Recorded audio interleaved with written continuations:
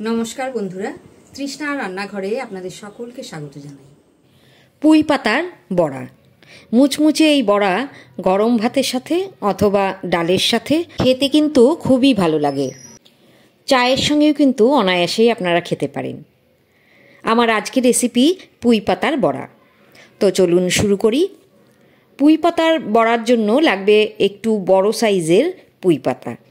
পুঁই পাতাগুলো আমি খুব ভালো করে জল দিয়ে 2-3 বার ধুয়ে নিয়েছি। আমি 6টা পুঁই পাতা আজকে নিয়েছি।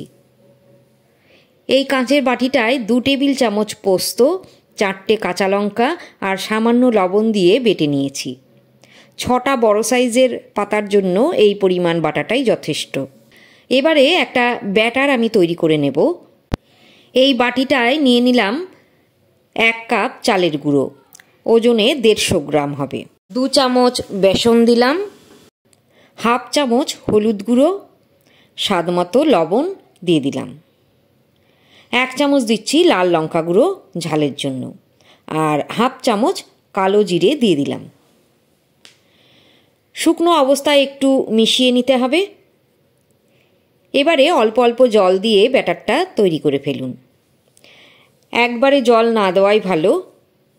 ব্যাটারের ঘনত্বটা যদি সঠিক হয় তাহলে পাতাগুলোর কোটিংটা কিন্তু খুব ভালো মতন হয়।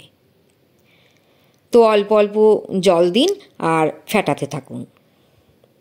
এবারে দেখুন এই রকম একটা ঘনত্ব দরকার। যেহেতু চালের গুঁড়ো আছে এর মধ্যে, খানিকক্ষণে রেখে দিলে সামান্য একটু ঘন হয়ে যাবে। এবারে একটা থালার ওপরে আমি একটা পুঁই পাতা বিছিয়ে দিলাম।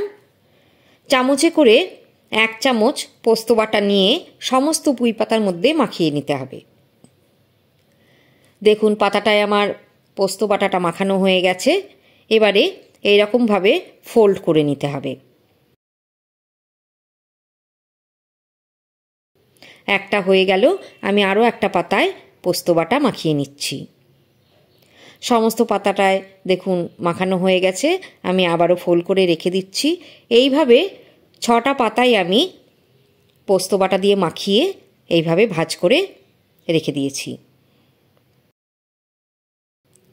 এবারে ভেজে নেব।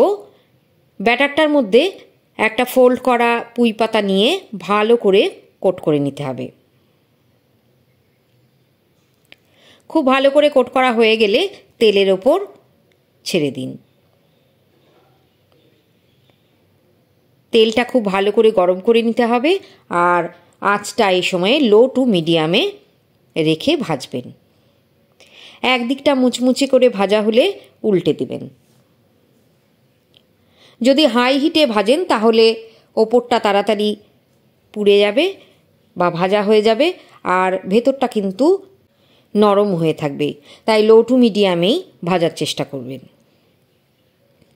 আরও একটা পুঁই পাতা আমি কোটিং করে দিয়ে দিলাম।